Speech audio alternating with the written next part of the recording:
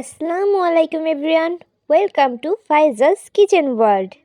আজকে আমরা তৈরি করে দেখাবো মজাদার রসমালাই রেসিপি।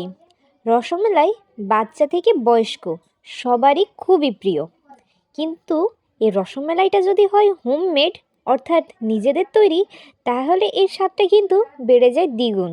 তাহলে চলুন ঝটপট দেখে নিই রসমালাই রেসিপিটা। প্রথমে আমরা নিয়ে নেব মেজারমেন্ট কাপের 1 কাপ ফুল ক্রিম ডানো গুঁড়া দুধ এবং এর ভিতরে 1 চিমটি বেকিং পাউডার এবং এই শুকনো উপকরণগুলো মিক্সড করে সাইডে রেখে দেব। তারপর একটি ডিম ভেঙে ওটাকে ফেটে নেব।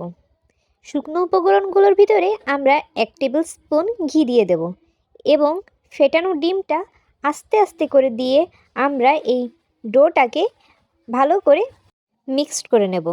ডিম এর লিকুইডটা আস্তে আস্তে করে ঢেলে নেব এবং যতক্ষণ এই টেক্সচারটা নরম সফট না হয় তত সময় পর্যন্ত আমরা এই টেক্সচারটাকে মিক্সড করতে থাকব।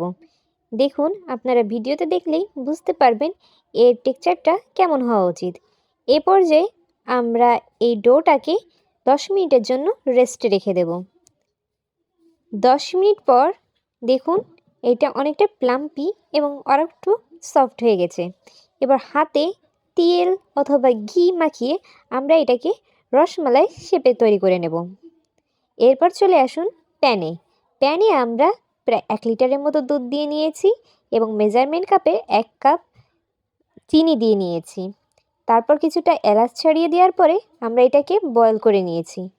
বয়েল হয়ে যাওয়ার পরে আমরা এর ভিতরে একটি একটি করে রসমালাই ছেড়ে দিয়েছি। দেখুন, রসমালাই যখন ফুলে একেবারে টসটসে হয়ে গেছে, তারপর আমরা এই রসমালাইগুলোকে উঠিয়ে নিলাম এবং দুধটাকে আরেকটু ঘন করার জন্য আরেকটু কিছু সময় আমরা এটাকে চুলায় জাল করে নেব।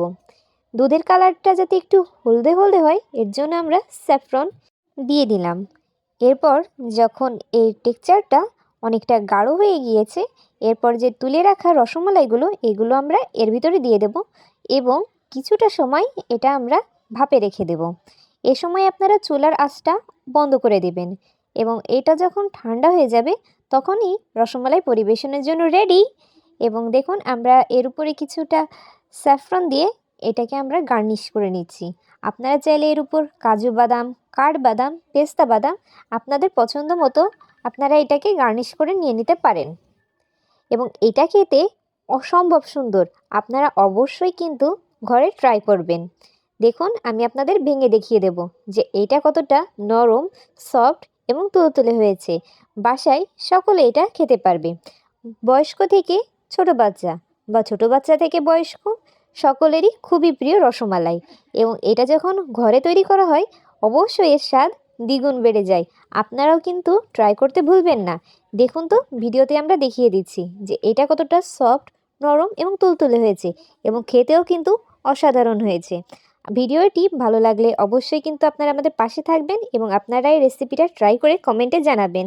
Thank you.